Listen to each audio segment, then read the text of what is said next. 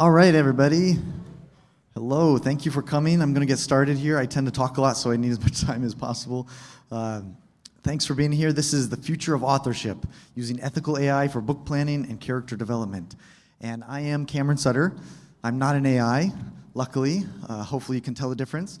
But I'm the inventor of Plottr, which is software we're going to be talking about maybe a little bit at the end there. I am an author and a software engineer. That's kind of was my day job, and I've been writing my whole life. Somewhat unsuccessfully, but I live in Oklahoma, so kind of out of the way, and my wife and I have 6 kids, and we love them. Some interesting things about me: when I was a teenager, I survived an explosion, and I don't have the time to tell you that story. Someday maybe I will, but I made it. I survived. I mowed Tom. Met him. I think his wife was kind of yelling at people there, but and I've been changing diapers for 15 years without a break. But this year we finally potty trained our youngest, and so we're finally out of that stage, and it feels great.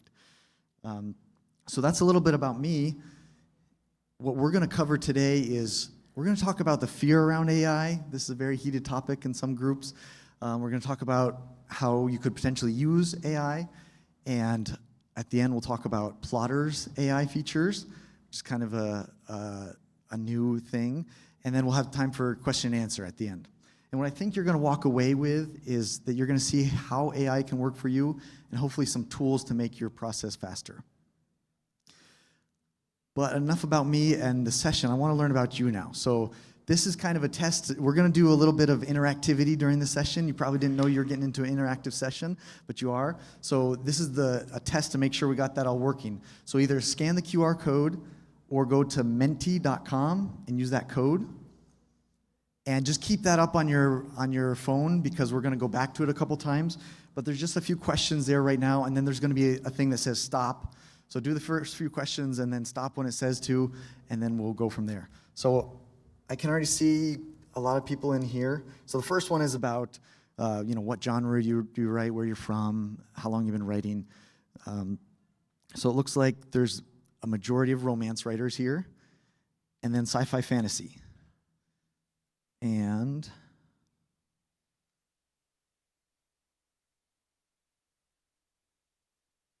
it almost looked like it was 100 years of writing. I thought maybe that was a collective 100 years of writing, but no. Okay, so that's really cool to learn about you. The average is about 20 books written in this room. That's amazing. That's so awesome. I've only got 3 that I've published so far, and so I'm just blown away by writers, people that have written more than I have. I guess I can call myself a writer, right? Great, so that's the end there. The nice thing about doing it this way is it's interactive, but you don't have to say anything. So you don't have to raise your hand and say anything. So we're going to do it this way, but there will be time for question at the end. So thanks for going along with me with this.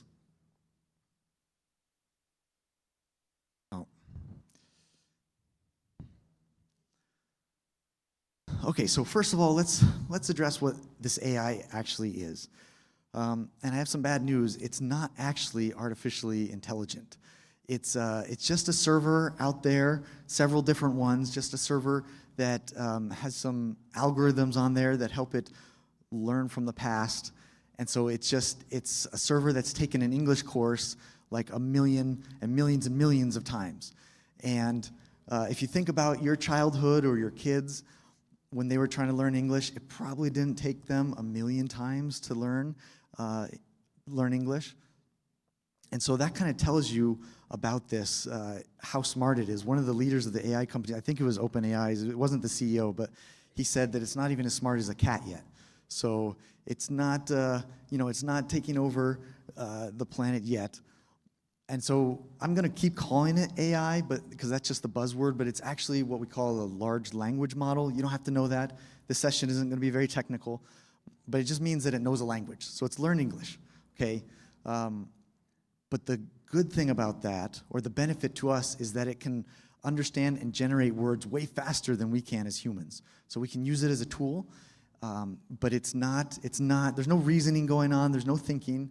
And my favorite example of that is if you give it this puzzle, which is the farmer has the fox, the chicken, and the bag of corn, and he has to get it across the river, right? But the boat isn't big enough.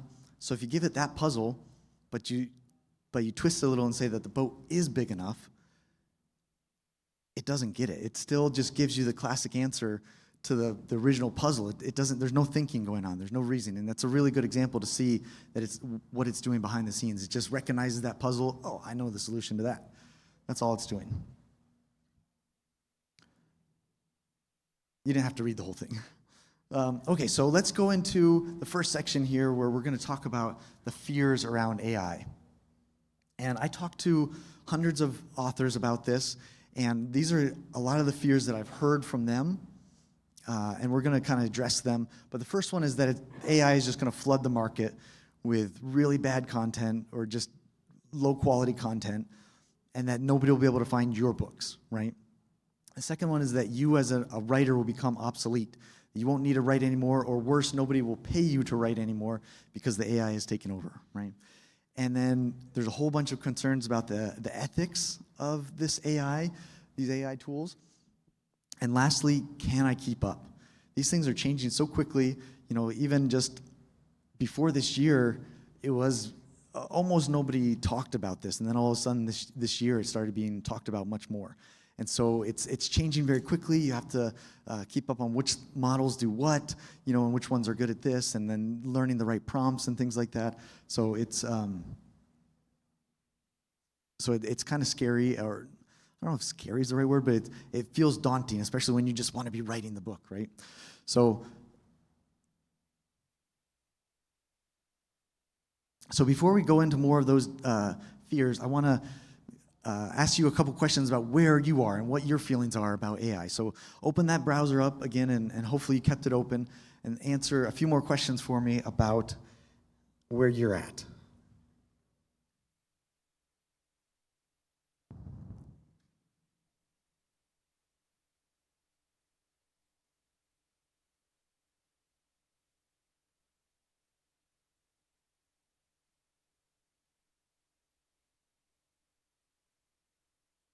Okay, so this is a couple months ago when I would give this presentation. It was pretty different response, actually.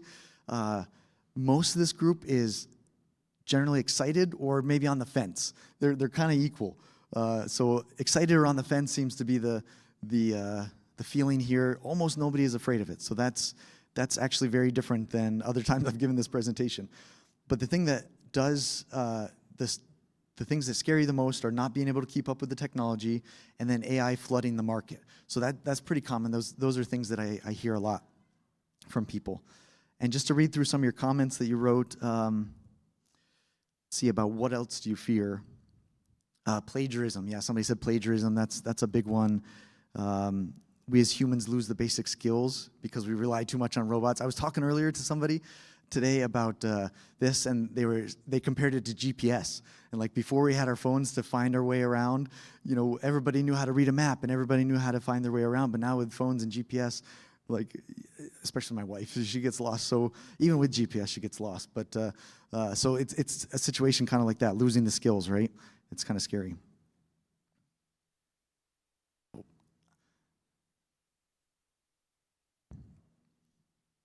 Okay, so let's talk about each one of these fears a little bit more in depth.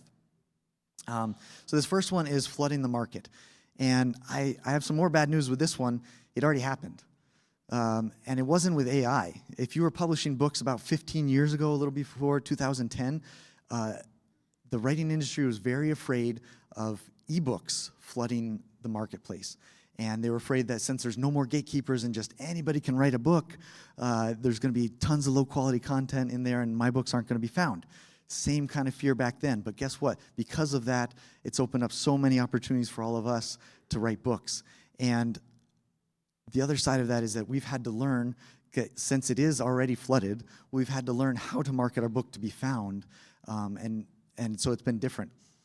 It's not going to be different here with AI. It's the same thing. It's already happened. It may get worse. You know, it may be even worse, but it's something that we've already learned to handle. And all these sessions in this conference will teach you how to market your book. So, and there's also some other things like Draft to Digital has told me that they have protections in place. They've already had to handle a few accounts where they're just trying to flood books into the to the marketplace, and so they've already learned how to handle that and take care of it. So, and then Amazon has a new rule. Well, it's not new anymore, I guess, but where you have to mark whether it's AI assisted or AI generated. And for right now, that's just self-identifying. It doesn't mean anything, and they don't show it to anybody. But in the future, they may do something with that. So it has already happened. The next one is one that probably means the most to me, becoming obsolete as a writer. And in my heart of hearts, I think AI will never be able to write a book to the same quality as a writer will. And there's a couple keys to that, and one is your emotions. An AI, especially the language models that we have now, will never be able to feel emotions or know what that's like to feel emotions, to be cheated on, to lose someone close to you, to being embarrassed, to getting angry, to having sex, being in love. Like, they'll never understand those kinds of things and never be able to write in the way that you will about those things. And so that's kind of the key. And closely tied to that is subtext, understanding what's being said without being said, and body language and facial expressions. And so it now becomes your opportunity to understand what it is to be human more, so that you can write better about the human experience. And that will always put you ahead of some AI that doesn't know those things. So it's very powerful. And as far as nonfiction especially, just writing from your experience, no AI will ever be able to say that I know this because I went through this experience and it changed my life in this way. That's just not something that it can do. And so, but you can write about that. And so that gives you a superpower over any machine. The machines will always need our empathy and judgment to sculpt what it generates, you know. And Joanna Penn just put a YouTube video and a blog post out recently where she talks about being more human, and she gave a few suggestions, and this is more on like the marketing side of it, but she said, show your face more, use your voice more, be more personal in your emails, and connect in person with your readers. And that's how you're gonna differentiate yourself from a machine. So this one is a big one to address, the ethics of AI. And I'm not here to give any definite answers. This is still just a big debate that a lot of things need to be worked out. But I do want to at least talk about them and say what the debates are. But there's a lot of fear that AI is just taking parts of Anne of Green Gables and Moby Dick and maybe your book and kind of remixing it and creating a new book out of it. It's not really what's going on. It's more like the way that we write books or learn from other books and then, I accidentally pushed the button here. Learn from other books and then write our own books. I don't think any of us could say that the books we write today are not influenced by the books we've read before. I think we can all say that, at least in some part, the books that you're writing are influenced by what you've read. And so that's kind of how AI is working in the back end. It's like learning from what has been written and coming up with new stuff, but it's not taking pieces of the other ones. And so that's definitely an ethical concern there. Like, is the AI being trained on my books, which, you know, personally, I feel like without your consent or without compensating you, that's not right? So we got to figure that out. But it's not like taking your books to write new books. Anyways, the next thing that's big in the ethical concerns about this is it okay to use AI to write your books, right? And am I stealing your work is my work being stolen, or is somebody else's work being stolen to write my books? And that's not exactly what's going on there. Another concern is it copyrightable? There was just a recent court case where they decided that computer-generated graphics are not copyrightable. And so is that going to be the same for words? Computer-generated words, are they copyrightable? And how much do you have to edit it to make it not computer-generated? Again, these are things that have to be worked out. I don't have answers for that. Is it okay to have offensive materials in an AI? Should that be on us to decide what's in the book, or should it be okay for the AI to say, you can't write about this because it's offensive to somebody, you know? So, and then the idea of deep fakes with your voice, your face, your works, you know, those things are definitely scary. And lastly, just kind of, there's no way to know what it's trained on right now. There's no visibility into, did it use my books? Has it, you know, you guys have written 20 books on average. Have they been used already in AIs? to train them. And speaking of that, this is from the Authors Guild. On one of their blog posts, they gave this text to all of us writers. They recommended that you put this in like your copyright page. So feel free to take a picture of this and use it in your own copyright page. I can't guarantee that no AI is going to train from your books because of this. And I don't know, the Authors Guild wasn't guaranteeing that, but this is there to at least protect you, hopefully in some way. So that's what they recommend. And lastly, we kind of already went over this, but can I keep up? The models are changing. Some models are better at some things. They have bigger context windows than others, and you don't have to know what that means, but they can handle more words than others. And the prompts, I'm told, even some of the prompts you have to change every few months because they grow stale, which that doesn't make sense to me. It just kind of proves how not intelligent it is, but there's a lot to keep up on, and you're already trying to learn marketing. You're already trying to learn, how to make YouTube videos for your books and things like that. This is yet another technology to keep up on. So that ends the talk about the fear. The part about this, about the fear. So let's move on to the hope, the happy, joyful land where everything is good, right? Well, let's move on to the hope of this. So let's talk about how we can use the AI. Okay, just checking my time here. And one thing about using the AI that we can't forget is the human side of this, and how I was talking about your emotions are key. Story is something that is deeply human, and we're telling stories to humans. Our audience isn't machines, and so humans want this experience of a story, and that is always going to be true. And so that's why we feel that AI-assisted human storytelling is the way of the future, of telling a story, a human story, but using AI to help you.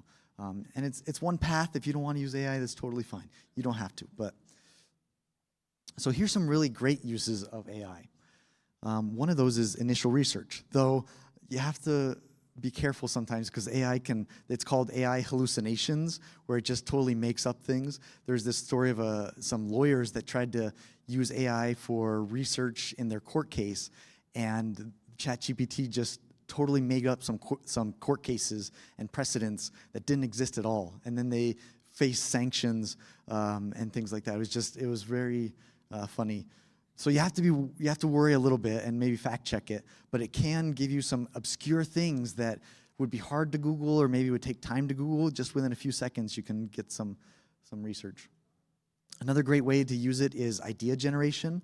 So coming up with ideas for plots or for characters or character names or for situations, scenes, scenarios, those kind of things. And I'm going to show you a couple examples of that in a minute. I've also heard people say that they use it for cleaning up dictation, where they'll dictate something and then drop it into ChatGPT, and it'll kind of clean up what the computer that was dictating it didn't get right, and ChatGPT can make that right.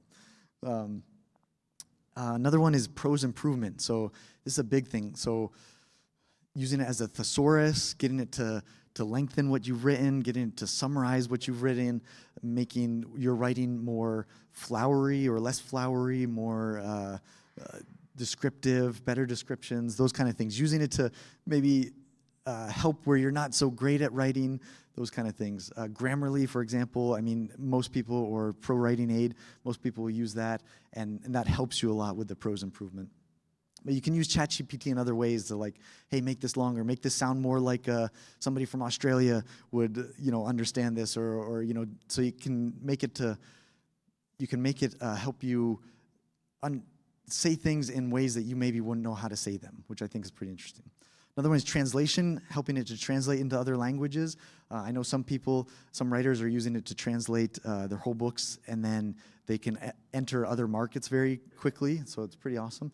And then marketing, writing blurbs, writing back cover copy. I know for me that's one of my least favorite things. For some reason it doesn't come as easy as writing the book, and I think a lot of people are like that too. And so using it to write the blurb for you or to write the Amazon listing for you is a really powerful way to get it to help. Okay, so now I'm going to go through an example that I got from, I don't know if Hannah Lynn is in here. Okay, so I got this example from her. She's a writer friend, and this is kind of a conversation that she had with ChatGPT, trying to get it to write a book for her. She was just experimenting with it. So she wanted to write a sci-fi novel set on Mars, and she wanted it to just write the plot, not even the whole book for her, just write the plot for me. And the first paragraph is kind of an apology, like, I'm just an AI, I can't do this for you. And then the second paragraph is just a few sentences of this plot. So not a fully detailed plot like she was hoping for. And so she's like, okay, I was hoping for more from you. And so then she asked, what do I need to give you so that you will give me a full detailed plot so I can write my story about this sci-fi on Mars? So look what it said. I need the genre, the concept, the characters, the setting, and the plot. So if you do all the work for me, I can come up with a plot for you. Trust me, I can write it. It'll be easy. So, and that was a few months ago. Maybe this would be better now. Who knows? I told you it's changing quickly. But basically, it needed her to do everything to come up with a good plot for her. So then she took a different tactic and started looking for more of like, give me some ideas for things. So she asked for 50 plot ideas for things that could happen in a sci-fi novel on Mars. So within a few seconds, there's 50 ideas of things that you could write in this book. Now, most of them are probably going to be garbage, right? But you can probably take a few kernels of good ideas from these 50 ideas and maybe mix and match and find something that's useful for you. So this idea of getting it to just generate a bunch of ideas is, if you're stuck especially, can be really helpful. Or you're just like, man, I can't think of anything good that would happen on Mars, for whatever reason. Then it could help you with those kind of things. And the more specific you get, the better. So then she asked, I want 25 ideas of meet cutes that could happen in New York. And if you don't write romance, then a meet cute is where the two love interests meet. It's the first time that they meet. And so there's more specific question, more specific ideas that it generated, right? But if you go one step further, 25 meet cutes that could happen in New York on the subway. So even more specific, it'll give you even more specific ideas. And then there you've got, just in a few seconds, if you were stuck or something like that, you could say, there's a seed of a good idea, like, a person offers to seat someone else who happens to be their future love. And, you could maybe use that for you. So, and then here's some just other ideas that you could maybe use ChatGPT for. 10 possible character motivations for the bad guy in a thriller novel. And there's 100 different examples I could give you, right? But these are just ones that she came up with. And then 10 possible character names for a female born in Wales in the 1980s. So that's really cool, because that might be hard for you to Google. It might take you a while, and you might not find that if you Google that. But ChatGPT was able to come up with these just ideas, and they may not even be right. You might want to fact check that. But still, you've got 10 ideas, and you might be like, Fafion looks really great. I want that one. So just getting ideas like that. Okay, so now we're going to talk about different tools that can help you in your AI toolbox, right? And there's different categories that we're going to go over. Some are general AI tools that are not specific to writing. Some are free one-off tools that you can use. Then there's image generation tools, and then there's writing-specific or fiction-specific writing tools for you that we're going to go over. And before we do that, I want to go back to one more time. You got to answer some questions for me. So if you have that browser open still, pull that out and answer some questions for me. It's about how you've used AI so far, and what you like about it, what's useful to you, and how you've used it.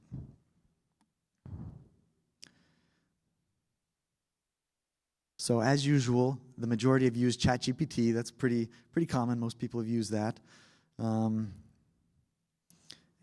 then next is Midjourney. That's interesting. Most of the times I give this presentation, it's like pseudo-write or other, but it hasn't been Midjourney is the second one. So you guys already know about that one, or a lot of you do.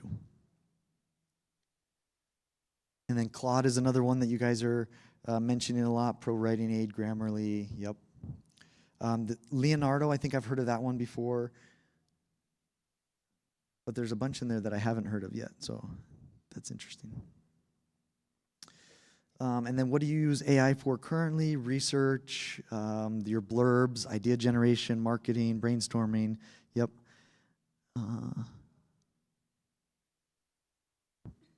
Cool.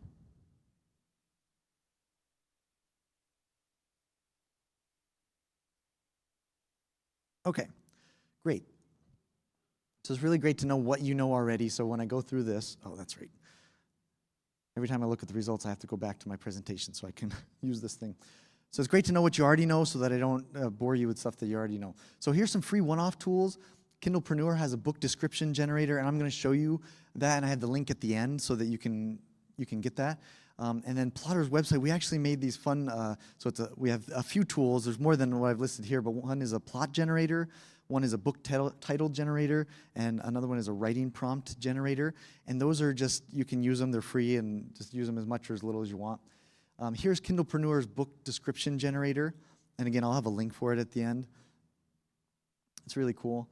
And then here's our plot generator. It's kind of like a survey. You answer a few questions, and then it'll give you a plot, an idea for a plot.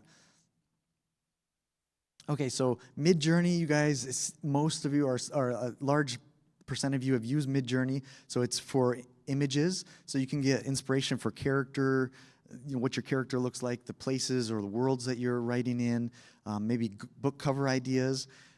It probably won't give you a full book cover unless you're really good at the prompting. I haven't been able to get that, but it can give you ideas for it maybe. ChatGPT, we don't have to go over that one. You guys are familiar with that one. Pseudo-Write is a really great fiction. It's for fiction writers. It's focused on fiction writers. That's the word I was looking for. So it gives you like a story engine, like character sheets. Gives you even, I think you can ask it to give you plot twists for things, give you an outline for your story. So it's got some really powerful tools in there for you to explore and use. And then there's this other one by Future Fiction Academy, which is run by Elizabeth Ann West. She's here in the conference. You should talk to her about this. They've got a tool called Rexy, and this is not for everybody. This is definitely for power users. It's meant to be on the bleeding edge of AI. It's not even cutting edge, it's bleeding edge, and you have to be familiar with using computers and be willing to break things and stuff like that. But if you're willing to put in time, and they teach you a lot, but if you're willing to put in time and figure out how it works, it is really powerful. I've seen her generate a whole chapter of a book, pretty decent quality, in just 30 seconds or something like that. It was really impressive. So if you are interested in diving deep into this and want to be a power user, Rexy from Future Fiction Academy is really, really great tool for that. And this brings me back to the question, can I keep up? All those tools out there, there's new ones coming out. There's probably 100 others that you've heard of that we could talk about. But look, I feel the same way. I'm following this every day, and I talk to experts a lot that are creating tools and that use AI in their writing, and I feel like everybody I talk to knows more than I do. It's crazy. There's so much that you can learn. And partly because of that, we wanted to explore the idea of adding AI tools to Plottr. And what would that mean? And so I want to show you just a quick demo of what that's going to be like in Plottr. First of all, I want to talk about Plottr for a second.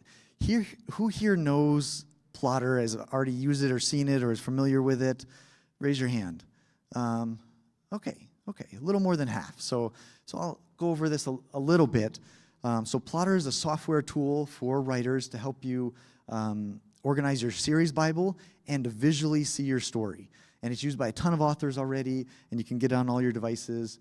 And I think it'll help you in these ways, because it's helped me to plot and organize faster, organize your series Bible, your characters and places and everything. You'll be more productive, and I think you'll have more fun writing doing it. It's user-friendly and colorful, and so it's fun. It's also great for pantsers, despite the name. It's not just for plotters. And if I had more time, I could go into this more, but it will help you a lot if you're a pantser, a lot because of the series Bible, but also after the fact, you can go in and fill it in and still drag and drop and move things around and get the benefits of it. So that was a really quick run through of what Plottr is. I'm going to show it to you now and show you what some of the AI features we're building into it are.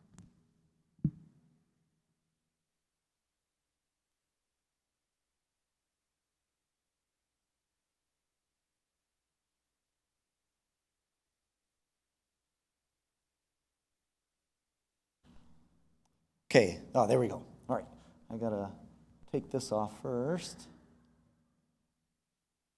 And I'll drag in Plottr. Okay, so this is the main screen of Plottr. We call it the timeline. And it's where you visually arrange your story. And so there's these colorful scene cards you can move around. And this is the story of the three little pigs. So I've got the three little pigs demo here. They build they leave home, they build their houses. The wolf comes by and blows their houses down, one by one. You all know the story, right? I don't have to tell you. And so this is a little demo that we always make of Plottr, but we're gonna pretend for a moment that we're making book 2, The Wolf Strikes Back. And I've already done this a few times just to play around with this, so that's what kind of these things are here, but we're gonna make and here's the hero's journey up here. We've got the template of the hero's journey. So we're gonna ask the AI for the next step in the hero's journey, which is the refusal of the call. So we've got the wolf refuses the call to action. He's the hero in book 2. So we're gonna ask it for some scene ideas, and in Plottr, it already knows what genre this book is, that it's a fairy tale. I've already written in there what the theme of the book is gonna be, that revenge is never good. It already knows what the premise is because I've written all those things. So it's gonna do all the work for me to write the prompt, knowing everything that it knows about your story. And then you just click generate. And actually, we've got these advanced tools here that let you dial in the creativity more. Do you want it more random, more creative? Do you want it to have more restraint and things like that? And that's something that's behind the scenes in ChatGPT that you probably didn't know existed, but we have access to it we're using what's called an API, which means the computers are talking to each other. So through that, we're able to have access to those dials, so you can dial in the creativity. And just from doing this and with the Wi-Fi, I know that I gotta put them there for this demo just to make it work. So I'm gonna click generate there. It's just one button, it does the prompting for you. And as it's doing that, I'll say that there's no Plottr AI. We don't have a server out there that's an AI that is learning from your books or anything. We're just talking to the other models that exist, the ChatGPT, Claude, we're gonna use those models, and we're just calling out to those. So it came back with some ideas here. It might be too small for you to read, so I don't know, but so the pig's secret plan is one of them. The wolf's skepticism, the pig's persuasive argument. And so it just gave me 5 ideas with more of a description there, and I'm just gonna take the ones I like and just add them. So then when we add them, it gives me those ideas there with the description. I meant to just hover over it so you can see what the description is. And you can use them, you don't have to use them, you can throw them away, but just within the click of a button in a few seconds, you've got some ideas for if you get stuck for this, this next step in your story. So that's one way to use it. I also want to do another quick example. Nope, I better not. So this is a romance one that I tried doing. So a meet cute in like Las Vegas, and it gave me some ideas. And if I had more time, we would do another one of those. But another thing that you'll be able to do is generate characters in that same way. So Plottr will let you have a series Bible and your character sheets in here, and we could just generate some characters. Again, it already knows that it's a fairy tale and what the theme is, and so it's able to use all this information about your book. What are your other characters? Is this a main character or a side character? Those kind of things, and you just click generate, and it will give you some ideas to use.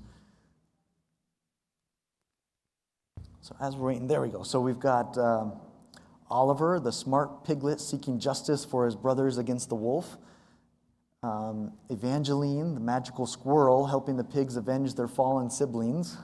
And so, maybe these aren't great ideas, but maybe you can use some of them. And so then the other cool thing is you can click generate attributes.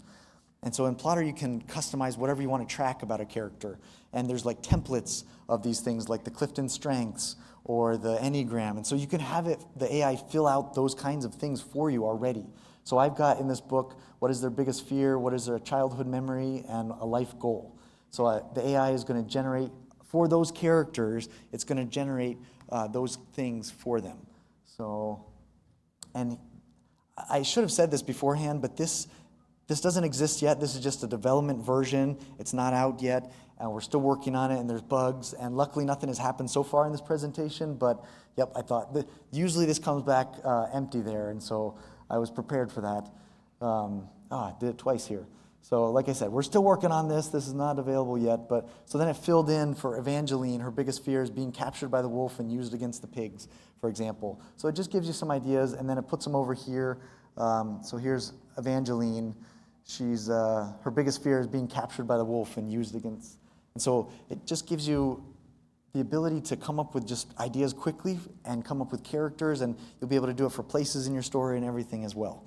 So I wish I could show you more, but there we go.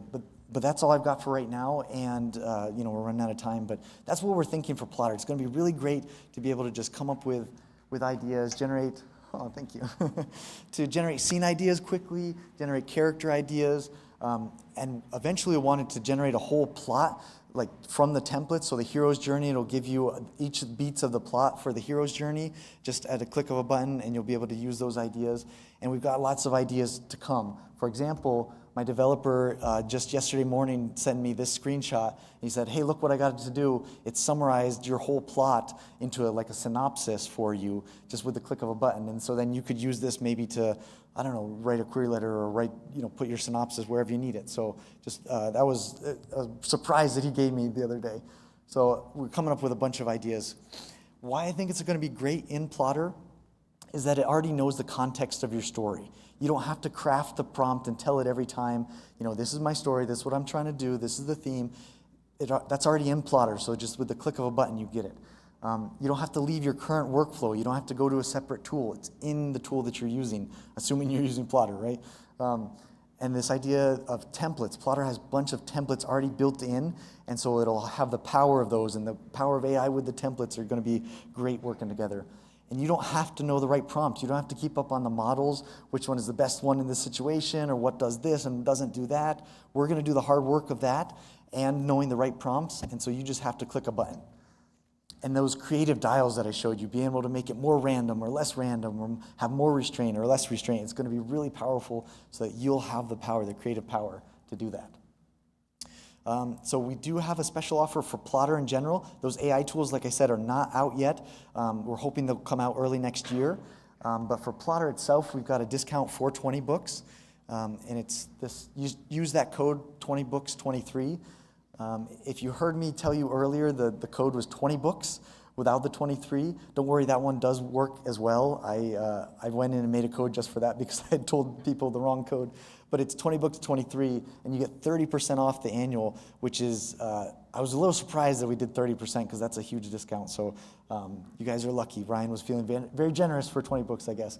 And then it lasts until the end of the year. So with that, it's question time. And I'm going to leave the links that I promised you up there while we're answering questions. And there's also, if I can get to it, there's questions that you are able to ask on the Mentimeter. So if you would rather ask the question on the little survey that we're doing, feel free to ask there, and I can also answer it from there.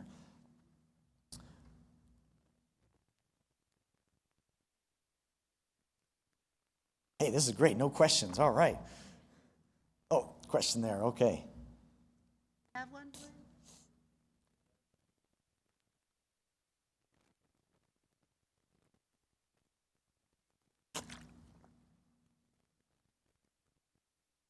This is from online. If using AI like ChatGPT, like a search engine, does that count as AI generated when you use that material in your books? That's a great question. So Amazon, with their checkbox that you have to fill out, they've also put in some language. Oh, it's me. They put in some language for what is considered AI assisted and what is considered AI generated. And if you go to that link that I just had up on there, it'll tell you exactly what it is. But I think that would fall under the AI assisted category, not the AI generated category. So I think I downloaded. It's software, right? Yeah. It's not online. Okay, so I think I downloaded it like a year ago. I bought it or something like that, Yeah. but I've never used it. So now, like if I just update it, and will all the AI stuff be in there, or do I need to do something new? Not yet. So it's not coming out yet. Okay. And we're hoping early next year, January, February, it'll be out. So yeah, if you were to update now, you wouldn't see any of that. But we'll make a big announcement. Trust me, we'll make as much of a deal as we can to let everybody know that it's coming out. So. Okay, and will it be similar to Rexy, but more of a beginner version? We're still working on that. Okay. But if you have some ideas what you mean about a beginner version, I would love to hear what you mean. I don't know what I mean. Okay, either. okay. But you said that was like the super user version, so is yours going to be like not the super user version, but like the yeah. easy user version? Yes, But- yeah, that's the idea. Okay. That's what we're trying to do with the AI features for Plottr. It's just one click of a button and it'll use the AI, and you don't even have to, know the prompts and know all that stuff. So that's the idea, at least, of doing it. Okay, thanks. Yeah. One of the concerns I have is, so for example, if I ask for 50 plot ideas, and then somebody else is asking for 50 plot ideas about, or we're using a Plottr software to give us ideas for chapters, how do I know that I'm actually getting something that isn't just a copy or a similar version of something that another author who's using the program is using, and then we end up just with a bunch of kind of duplicated ideas? Yeah, that's definitely one of the fears or one of the concerns with AI in general, that if everybody asks the same question, it's probably going to give pretty similar answers. So definitely a good idea. One thing that it kind of touches on that is that Plottr is not using, it's not using anything that you put in there to train. We don't have any AI to train, so there's nothing being trained on our side.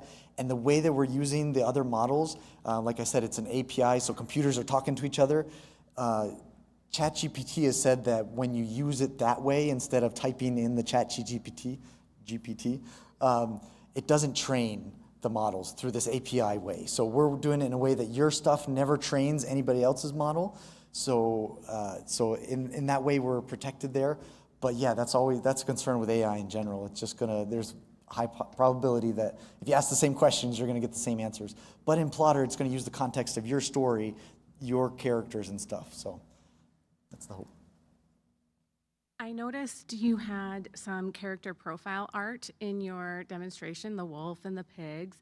Are there any hopes and dreams of working with like Midjourney to do art in Plottr as well? Yes, there's definitely hopes and dreams. And I don't know when that will come, but yes, that's definitely something that would be really cool. And are you thinking like you just click a button and it'll give you an idea for a character image, something like that? Sorry to make it as you walked away from the monitor. So I love creating my character profiles in Midjourney to get like a visual example of them. So I would put in like their descriptive terms and say like, oh, Right. This redheaded character or whatever, and she looks like this and has scars or tattoos or whatever, and then it gives me character profile art. And right now I take that and put it into Plottr with my character images like you did with the wolf and the pig. But Yeah. it would be cool if I could do that all. Just right there in Plottr, yeah. Really cool idea. Oh, yeah. Okay, yeah, thank you. So there's a couple more questions on here. Am I gonna give out the otters? Okay, well, great. Let's do that right now. I tend to forget these things. Thank you, Troy. Okay, so I know some of you are just here for the otters, and I'm sorry I made you sit through that whole thing just for that. But let's give away the otters. Can I just interrupt real quick? yeah. We have one online question again. How much is an annual plan for Plottr? So without that discount, the annual plan they start at like $39 a year. But with that discount, it's 30% off. And then there's a couple tiers on there. And there's a few more questions that I'll answer after we do the otters, if there's time. But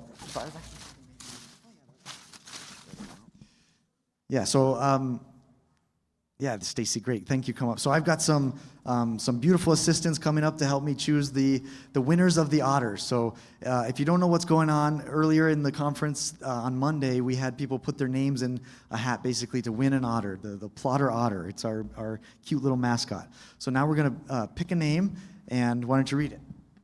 Robin. Robin, are you here? Come on down. You don't have to come down if you want. We can give it to you. But you won. Good job.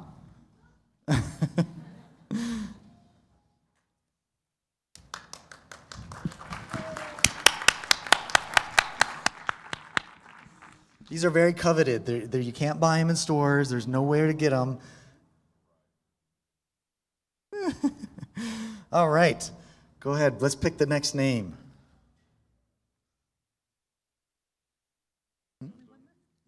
Yeah, you wish. Angela Herrick. Angela, are you here? All right.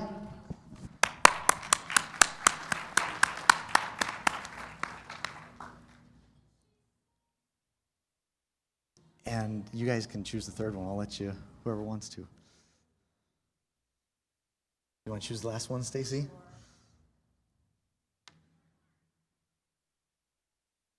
Brittany Dawdle? That's what it looks like. Brittany Dawdle, you here? Everybody else is excited that you're not here. Okay, we get to choose another one. If you see Brittany. She missed out. All right. Bree Rose. Bree Rose, here? Oh, we get another chance at this.